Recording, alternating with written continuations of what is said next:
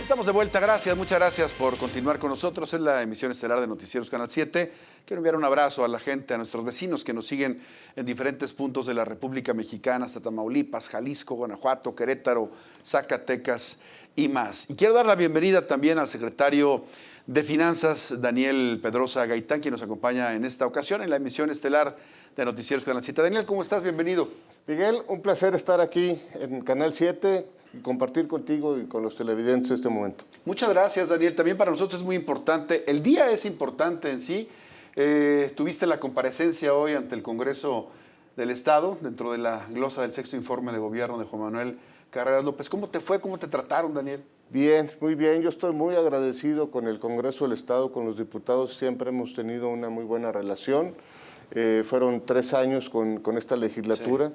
Obviamente con algunos temas en donde probablemente no coincidíamos en algunas opiniones, claro. Pero finalmente siempre hubo un trato muy respetuoso y muy cordial. Yo estoy muy reconocido con todos ellos. Qué bueno, y así seguramente no hubo cambios en esta ocasión, en este ejercicio de rendición de cuentas, y comentábamos que hubo una buena asistencia de diputados. Ahora que precisamente en esta ocasión, en la glosa del sexto informe, han estado un poco desairadas las comparecencias, Daniel. Pues sí, pero mira, en el caso de nosotros estuvieron alrededor de 9, 10 diputados en diferentes momentos, porque entraban y salían, pero la verdad es que creo que es un tema que es muy importante y de mucho interés para todos ellos.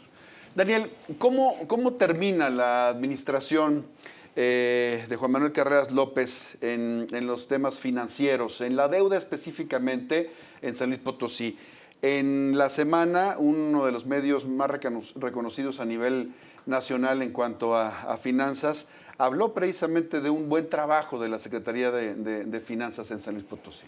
Mira, efectivamente terminamos, creo yo, en muy buenas condiciones, mejores de como se recibieron en 2015, particularmente este tema que dices de la deuda de los pasivos, que teníamos más de 21,000 millones de pesos de pasivos en 2015, estaremos dejándolos alrededor de 15,000, es decir, 6,000 millones de pesos menos, de los cuales la deuda bancaria, que es precisamente a la que se refería el medio que tú comentas, estará sobre 1,000 millones de pesos menos, en alrededor de 3,500 millones de pesos actualmente, y fue renegociada en 2015 también, y conseguimos una muy buena tasa de TIIE más .45. Creo que la siguiente administración no va a tener un problema de deuda y de pasivos. Creo que sí hay pendientes, porque a final de cuentas traemos arrastrando todavía los efectos de la pandemia del año pasado y que todavía tenemos desafortunadamente, y eso pues nos ha limitado un poco la capacidad de pago, la capacidad de flujo, la liquidez. Es con lo que ahora nos enfrentamos, pero finalmente las condiciones con las que se va a entregar serán mejores que como se recibieron. Acabas de tocar un tema muy interesante, muy importante, que quería precisamente abordar, y vamos a él en cuanto las cuentas, las arcas del gobierno del Estado se entregan para una nueva administración. Te voy a preguntar de manera muy coloquial, lo que se va a quedar en las arcas estatales, Daniel, ¿para qué les alcanza la próxima administración? Mira, por lo menos yo te diría que están cubierta la nómina, están cubiertos los gastos que llamamos irreductibles. Sí. Esperamos dejar y estamos trabajando con ellos, porque además déjame decirte que la relación es muy buena, es muy cordial con el equipo del gobierno electo. Sí. Y estamos construyendo una estrategia para cubrir los aguinaldos. Es un tema que ha sido un poco polémico en los últimos días. Efectivamente, nosotros no tenemos a esta fecha la reserva de aguinaldos que sería lo óptimo tener, pero esto tampoco es una situación extraordinaria o atípica. El año pasado a esta fecha tampoco teníamos reserva para aguinaldos. Estamos buscando la manera junto con ellos de construir una reserva para que en todo caso, si es necesario, obviamente ya la determinación, la decisión será de ellos, recurrir a un préstamo de corto plazo. Esto no es nada nuevo, cada año se hace y en todos los estados se requiere de este tipo de préstamos de liquidez para poder salir con los compromisos de fin de año. Nosotros ya no lo podemos hacer, nosotros ya ahorita no nos podemos pedir prestado, la Constitución lo prohíbe. Cierto.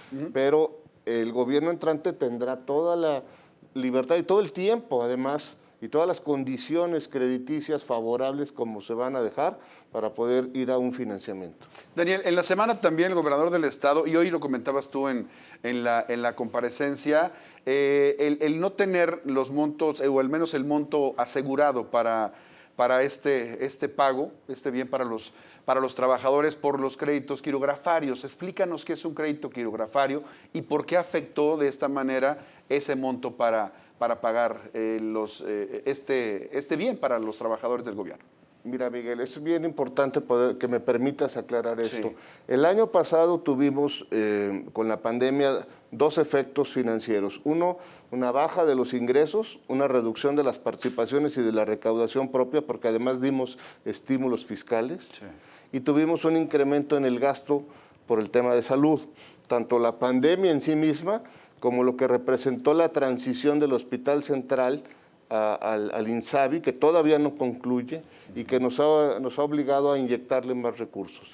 Esto representó en total más de 1.500 millones de pesos que nos dejaron este hueco en las finanzas públicas. ¿Cómo se cubrieron? Una parte con ahorros, con economías, con restricciones al gasto de operación del gobierno, pero otra parte sí tuvimos que ir a los créditos de corto plazo, que llamamos quirografarios porque son créditos que no requieren una garantía y que además no necesitan autorización del Congreso. Pero teníamos nosotros una limitación constitucional que es, y además es la primera vez que ocurre, porque esto deriva de la Ley de Disciplina Financiera que entró en vigor en 2015. Teníamos que dejarlos cubiertos a junio de este año, porque el mandato legal es 3 meses antes de terminar la administración. Así se hizo. Tuvimos que pagar 1.300 millones de pesos en 6 meses. Esto nos afectó la liquidez, nos afectó la capacidad financiera del Estado. Y precisamente es una de las razones por las que no podemos tener ahora esa reserva de aguinaldos como sería lo ideal. La otra razón es de que la estimación de participaciones contra lo realmente recibido es menor. Es decir, estamos alrededor de entre 300 y 400 millones de pesos abajo de lo que la Secretaría de Hacienda nos proyectó en noviembre del año pasado cuando elaboramos el presupuesto. Esto significa que hemos dejado de recibir esa cantidad, que probablemente, y eso así esperamos, sea compensada. Nos dice la Secretaría de Hacienda que se va a cumplir con la estimación, pero a la fecha sí vamos abajo. Esto también es una de las razones por las que no hemos podido construir esta reserva de aguinaldos. Hace un par de semanas, calculo un par de semanas, a lo mucho 3, quien fungirá como secretario general de gobierno en la siguiente administración, José Guadalupe Torres Sánchez, hablaba de este tema y molesto, al menos en lo que nosotros nos dimos cuenta en las imágenes y la información que presentamos, decía que esto estaba contra la ley, que esto era contra la ley, Daniel, el hecho de no dejar estos montos para los aguinaldos y que debían responder el gobierno actual. Tú nos has explicado cómo se ha manejado y por qué no existe ese monto, que todavía no termina la administración, falta un mes, pero ¿este punto ya también quedó claro para la administración entrante? Estamos platicando con ellos, hemos sido muy transparentes, no estamos ocultando ninguna información, ningún dato. Yo entiendo la preocupación y yo si estuviera en su lugar estaría igualmente preocupado, sí. Es entendible, pero creo que de la mano juntos podemos construir una estrategia, un esquema que asegure el pago de esta prestación para los trabajadores. Eso es importante también, yo creo que dejar muy claro para todos los trabajadores del Estado que no van a dejar de recibir su aguinaldo. De alguna manera encontraremos conjuntamente la administración saliente y la entrante la manera de asegurar este pago. Eso es muy importante porque hay mucha gente, al menos en la redacción han llegado un importante número de llamadas de los trabajadores preocupados, Daniel, pensando en que no van a recibir este pago, porque así de alguna forma lo han asimilado de acuerdo a la información que ha surgido. Entonces, qué bueno que lo aclaras porque es un punto que la gente, nos ha preguntado muchísimo. Sí, es muy importante. No está en riesgo el pago de esta prestación. Creo que, insisto, no es una situación inédita, no es algo nuevo. Nosotros, esta No, administración... no es porque se termina la administración y empieza una nueva, Daniel. No, cada año pasa lo Pasa lo mismo, mismo. cada año pasa lo mismo. Y les voy a decir una cosa, en 2015, cuando se empezó esta administración, digo, yo no estaba en la Secretaría de Finanzas, pero lo pregunté con la gente y me informaron, en 2015 tampoco recibimos una reserva de aguinaldos suficiente. Sí había, igual se va a dejar ahora algo.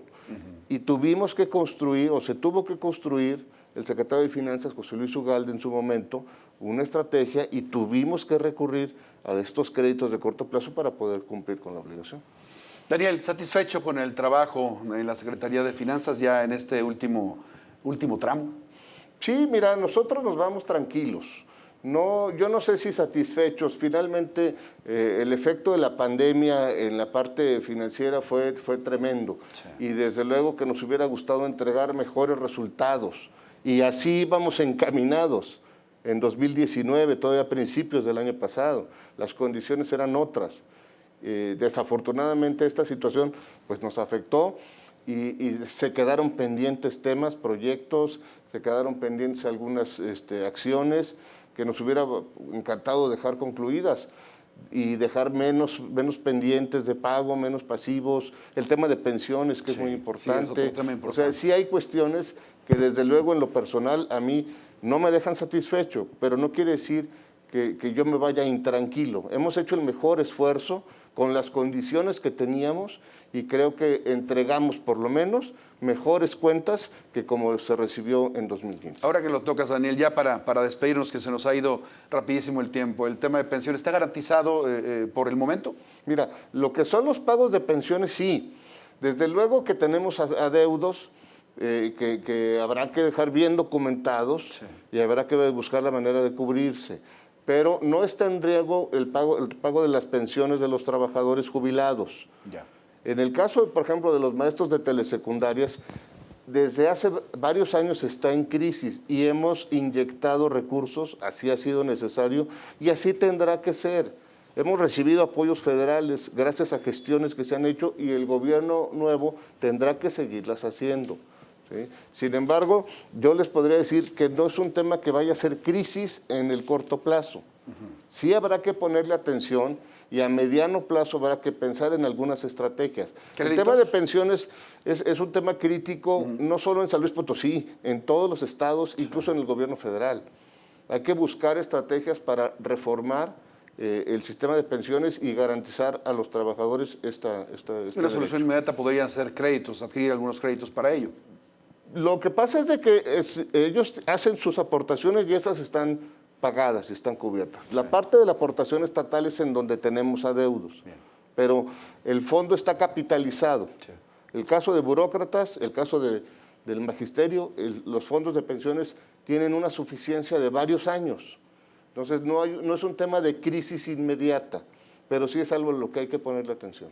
Daniel, muchísimas gracias por venir, por estar con nosotros nuevamente en Noticieros Canal 7 y este día, que insisto, es importante y seguramente complicado por los tiempos y todo esto, que estés esta noche en la estelar de Noticieros Canal 7. Yo soy el que te agradezco, Miguel, porque la verdad es que no hoy solamente durante el tiempo que me tocó estar a mí en la Secretaría de Finanzas, siempre tuve en Canal 7, pues la verdad, una casa, me recibieron muy bien, te agradezco mucho a ti, a Luis Mabú, el apoyo institucional, para que podamos difundir a la gente, informarle de lo que estamos haciendo en el gobierno del Estado y particularmente en la Secretaría de Finanzas. Muchas gracias. Muchas gracias, Daniel. Daniel Pedrosa Gaitán, secretario de Finanzas del Gobierno del Estado, en la emisión estelar de Noticieros Canal 7. Una pausa, regreso con más.